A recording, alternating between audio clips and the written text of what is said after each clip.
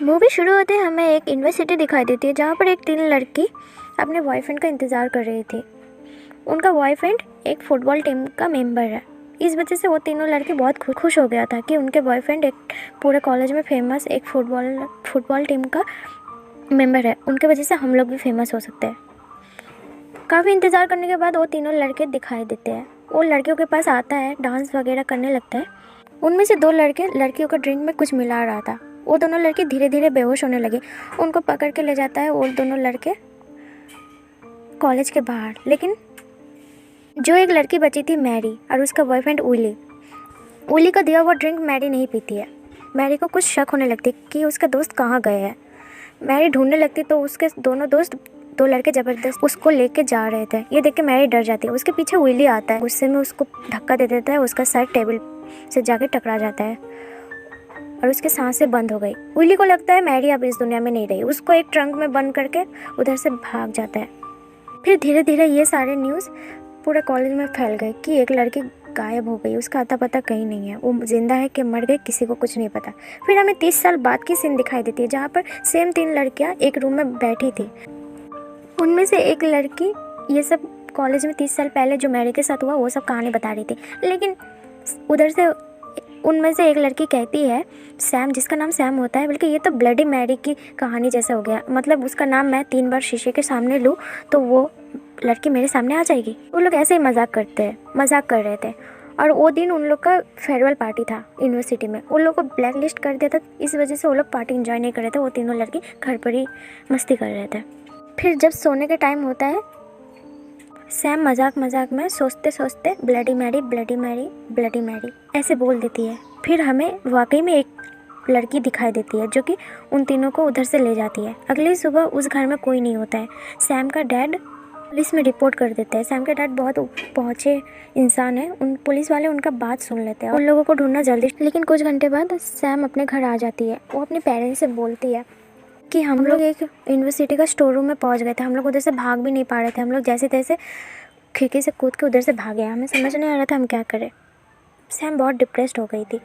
फिर हमें यूनिवर्सिटी में 3 लड़के दिखाई देते हैं, टॉम, जॉर्ज और मार्क। वो लोग भी फुटबॉल टीम का मेंबर है। कॉलेज का बहुत फेमस फुटबॉल टीम का मेंबर है।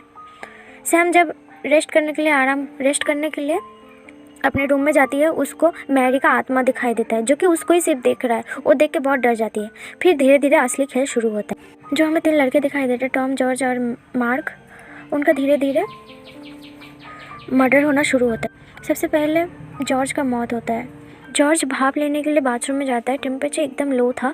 तभी अचानक से हम लोगों को दिखाई देता है उसका टेम्परेचर बहुत बढ़ रहा है और धीरे धीरे उसके बॉडी पर छाले आने लगे हैं। इसी में वो बहुत चिल्लाता है लेकिन कोई इसका बात नहीं सुन पाता है और उसका बॉडी पूरी तरह से जल जाती है। ये देख के मार्क और टॉम डर जाता है। फिर सैम को ये सब बात का सैम को आभास होने लगता है। वो जाके कॉलेज में देखता है कि जॉर्ज ठीक है कि नहीं। लेकिन बाद में उसको जो मन में आया था वही सच हुआ। जॉर्ज अब इस दुनिया में नहीं रहा है। वो जाके अपने भाई को सब कुछ बताता है। मुझे एक लड़की दिखाई देती है जिसका शक्ल बहुत डरावना था। उसके चेहरे से खून आ रहा था। वो एकदम ब्लडी मैरी की तरह है। तो सैम का हेल्प करने के लिए डेविड, उसका छोटा भाई, उसका हेल्प करता है और सारा 30 साल पहले की घटनाएं को छानबीन करना शुरू करता है। लेकिन ये सब में सैम और डेविड बिजी हो गया था। उसका डैड बोलता है, तुम लोग परेशान क्यों हो, ज़्यादा टेंशन मत लो। अगर सैम, डेविड वो अपने डैड से शेयर करती है ये सब बात, उसके डैड बोलते हैं कोई बात नहीं, ऐसा होता है, तुम लोग ज़्यादा परेशान मत हो, अपना एग्ज़ाम पर ध्यान रखो, ये सब बात को छोड़ो। लेकिन वो लोग अपने डैड का बात नहीं मानते हैं। डेविड और सैम कॉलेज में जाके 30 साल पहले की सारी रिपोर्ट देखने लगते हैं असल में वो हुआ क्या है। फिर उन तीनों लड़की के बारे में पता चलता है जो कि 30 साल पहले उस पार्टी के बाद सुसाइड कर लिया था। बाकी मैरी गायब हो गई थी और बचा था जेनी यही शहर में एक आउटसाइड रहती है। सैम और डेविड जेनी से मिलने जाता है। वो लोग बात करते हैं। सैम बोलते हैं ये सब मर्डर हो रहा है, मुझे वो लड़की दिखाई देती है, इसका मतलब क्या होता है आप बताएंगे। जेनी कहती है ये सब मैरी का काम है, ये मैरी तुमसे करवाना चाहता है, वो आज़ाद होना चाहती है, वो कहीं पर घुट घुट के मर रही है, उसको आज़ाद होना है। ये सुन के सैम को कुछ ज़्यादा समझ नहीं आता है और डेविड को जेनी के ऊपर शक होने लगता है। ये सब मर्डर शायद जेनी तो नहीं कर रही है, वो सोचने लगती है। फिर हमें मार्क दिखाई देता है जो कि आधी रास्ते में वो ड्राइव करके नशे की हालत में ड्राइव करते हुए जाता है, लेकिन उसके गाड़ी के सामने मैरी आ जाती है, उसका आत्मा बहुत भयंकर रूप देखने के लिए। मार्क सोचता है वो मेरे नशे की वजह से है। वो साइड में इलेक्ट्रिक तार के उधर टॉयलेट करने जाता है। पावर ऑफ की वजह से उसको शॉक नहीं लगता है, बाद में खुद ब खुद पावर ऑन हो जाती है और उसको शॉक लगता है। वो उधर ही उसका मौत हो जाता है। पुलिस वाले उसको एक्सीडेंट कहते हैं। नशे की हालत में मार्क को होश नहीं था, तभी उसका मौत हो गया। लेकिन सैम को सारा खेल समझ आ रहा था, ये सब मैरी का काम है। बचा था लास्ट में टॉम भी रात को पार्टी करके घर लौट रहा। टॉम एक नाइट पार्टी करके घर लौट रहा था। वो घर के सामने कार को रोक के वो फ्रेश होकर रूम में जब सोने जाता है, उसके बेड के नीचे से मैरी का आत्मा दिखाई देती है। टॉम उसको देख के बहुत डर जाता है, लेकिन मैरी उसका सामने एक भयानक रूप लेके उसका बहुत बुरी तरह से मार डालता है। इसका शक पुलिस वाले उसके डैड के ऊपर देखते हैं। सैम समझ जाती है, बोले कोई डैड अपने बेटे को ऐसे नहीं मारेगा, ये ज़रूर मैरी का काम है। जब सैम रात को सोने जाती है तो मैरी का आत्मा उसको कहती है, मेरी सारा बात समझाती है। मेरी मौत विली का मार के वजह से, विली ने मुझे धक्का दिया है, सर पर चोट आई है, उसकी वजह से मेरी मौत नहीं हुई है। मैं उस टाइम बेहोश हो गई थी। बाद में वो लोग मुझे ट्रंक में बंद करके चला गया, मैं घुट घुट के मर रही थी। मेरी लाश उधर है अभी। ये सब बात सुन के बहुत डर जाती है। वो अपना कार लेके जेनी के घर में जाती है, सारा बात समझाती है। जेनी बोलते हो मैरी का आत्मा को आज़ाद करना होगा, उसको उधर से बाहर निकाल के उसको कवर में डालना होगा, तभी मैरी का आत्मा शांत होगा।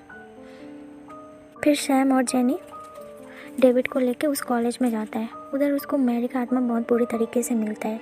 काफ़ी सड़ गई थी, अभी सूख के एकदम लकड़ी जैसा हो गया था। वो लोग उसके बॉडी को उठा के ले जाता है, तभी उसको एक ब्लैक हुडी वाला एक इंसान दिखाई देता है जो कि डेविड को बहुत बुरी तरीके से गला दबा देता है और डेविड को मार डालता है और जेनी को भी बेहोश कर देता है। लास्ट में सैम उसको धोखे से कमरे में बंद करके उधर से ड्राइव करके निकल जाते हैं, लेकिन वो हुडी वाला इंसान सैम को बहुत बुरी तरीके से मारता है। लेकिन तभी जेनी होश में आ जाती है और सैम का हेल्प करने लगती है, लेकिन वो लोग उससे जीत नहीं पाते। लास्ट में हुडी वाला इंसान का चेहरा दिखाई देता है। वो असल में सैम का डैड था, डेविड और सैम का डैड मैरी का कत्ल का जिम्मेदार है। यहाँ पे मैरी घुट घुट के मरी थी। उधर विली जो कि सैम का डैड है, उधर आज़ाद बिंदास घूम रहा। फिर हमें अचानक से मैरी दिखाई देती है पीछे, विली का पीछे इसी हालत में, जो कि 30 साल पहले वो तैयार थी विली के साथ डेट पर जाने के लिए।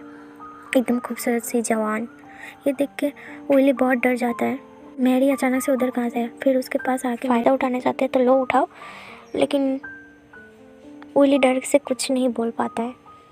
फिर मैरी का एकदम भयंकर रूप हमें दिखाई देती है। वो विली को बहुत बुरी तरीके से मार के अपने साथ कवर में दफना लेती है खुद को। इसी के साथ मैरी का आत्मा को मुक्ति मिल चुकी थी। अगले सुबह पुलिस वाले आते हैं। विली को लाश देख के बोलते हैं वो हार्ट अटैक से मौत हुई है, लेकिन हार्ट अटैक का असली रीज़न तो सैम और जेनी जानती है। इसी के साथ मूवी एंड हो जाती है। तो कैसा लगा मूवी ज़रूर बता। तब तक के लिए टाटा बाय बाय।